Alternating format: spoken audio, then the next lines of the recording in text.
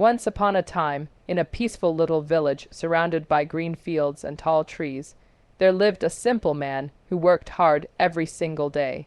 His life was not luxurious, but he was content with what he had. However, there was only one thing that worried him: his son. The man's son was a young boy, full of energy, but sadly, he was extremely lazy and careless.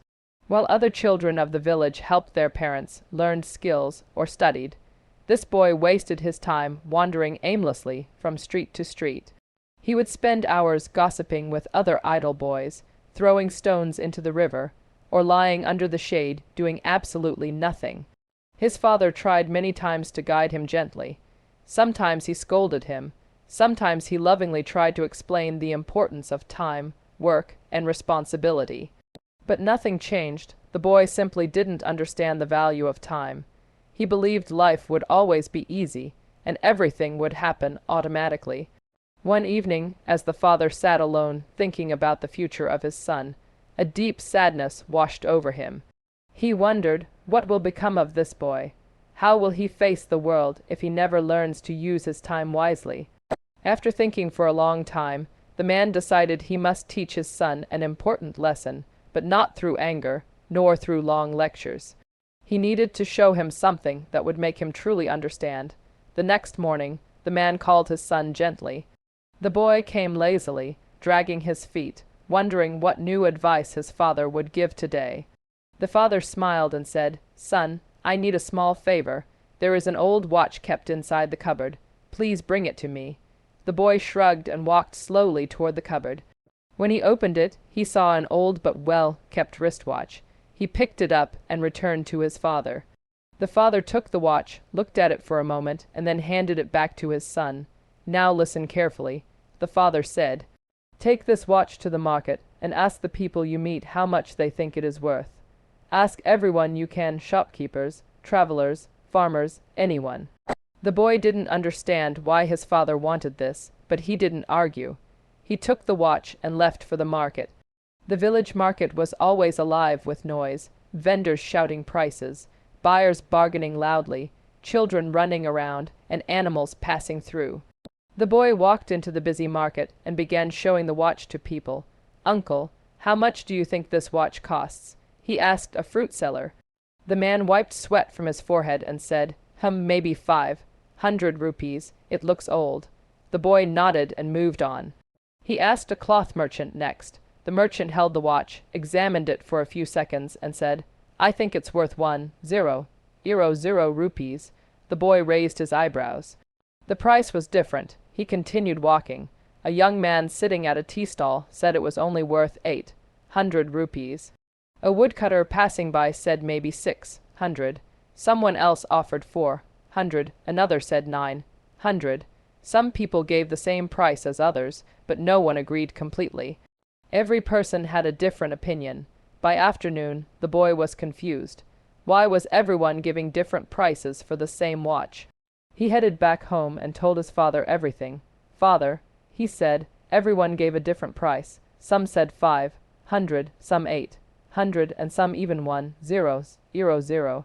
Nobody agreed." The father smiled calmly and said, "Good. Now put the watch back in the cupboard." The boy was even more confused now.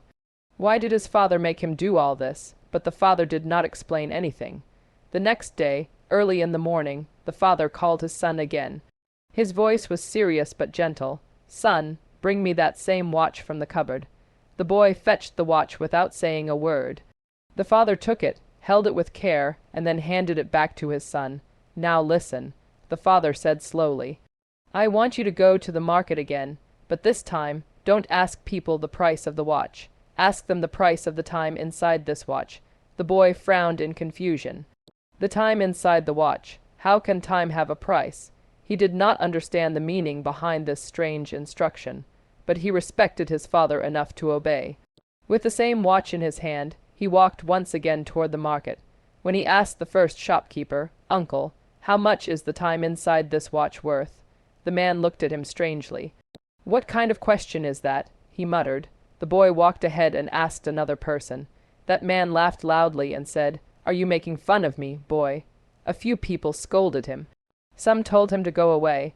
Some even said he was foolish. Everywhere he went, people reacted with confusion, annoyance, or mockery. The boy felt embarrassed. His cheeks burned with shame. He began to think that maybe his father had sent him on a foolish errand.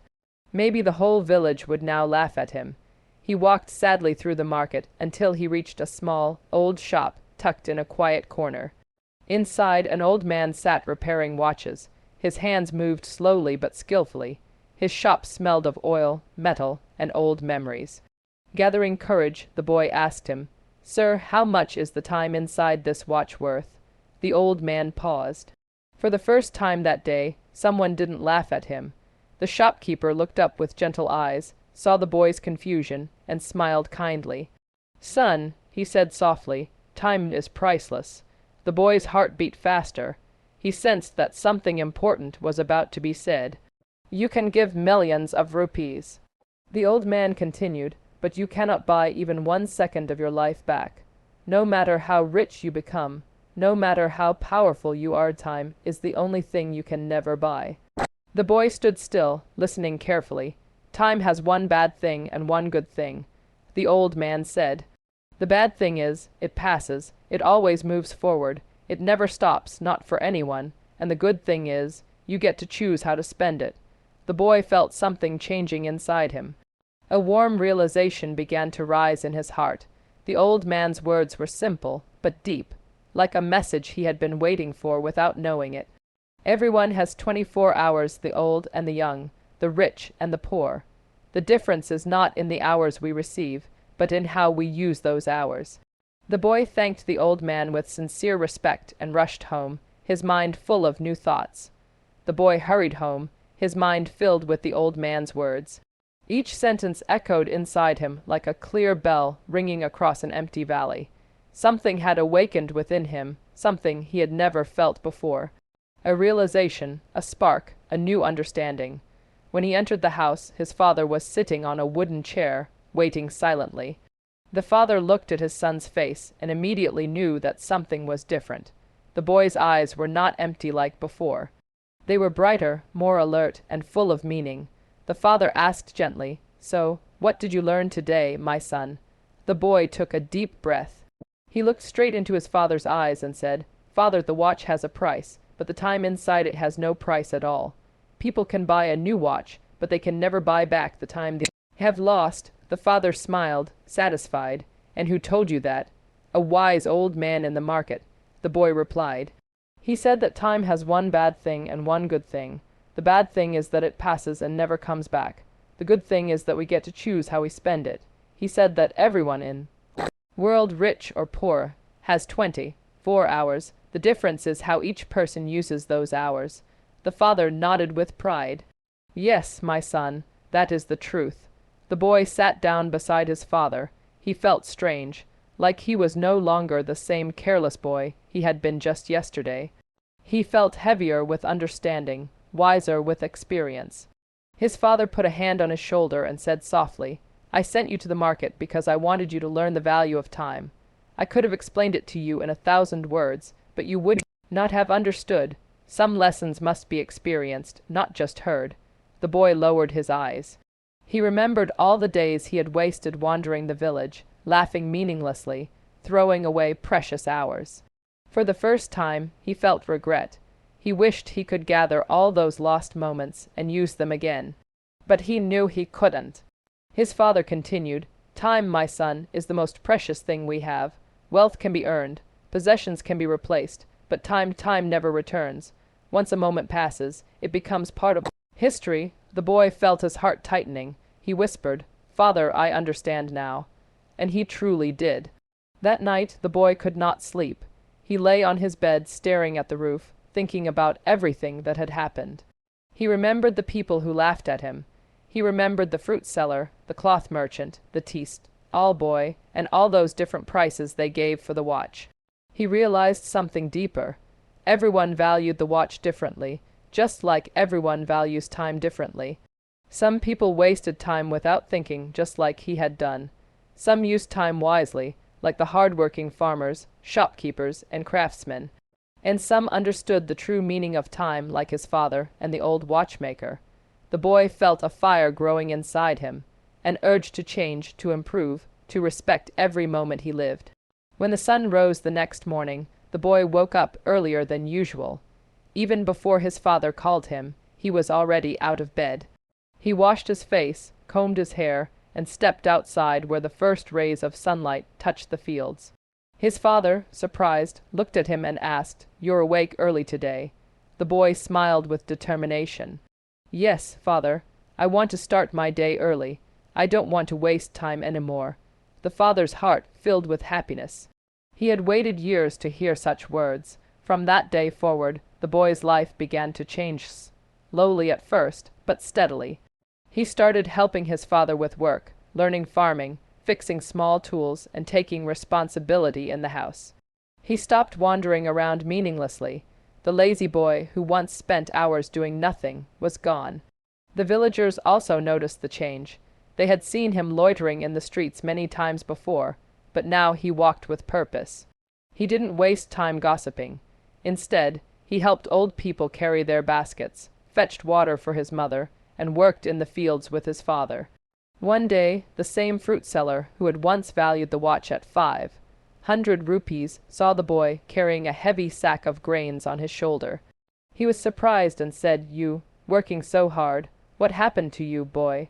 The boy smiled and replied, "Time happened." The fruit seller laughed, but he sensed something meaningful in the boy's tone. Meanwhile, the father watched quietly as his son grew more responsible and focused. At night, the boy sat with his father and asked him questions about life, work, discipline, and success.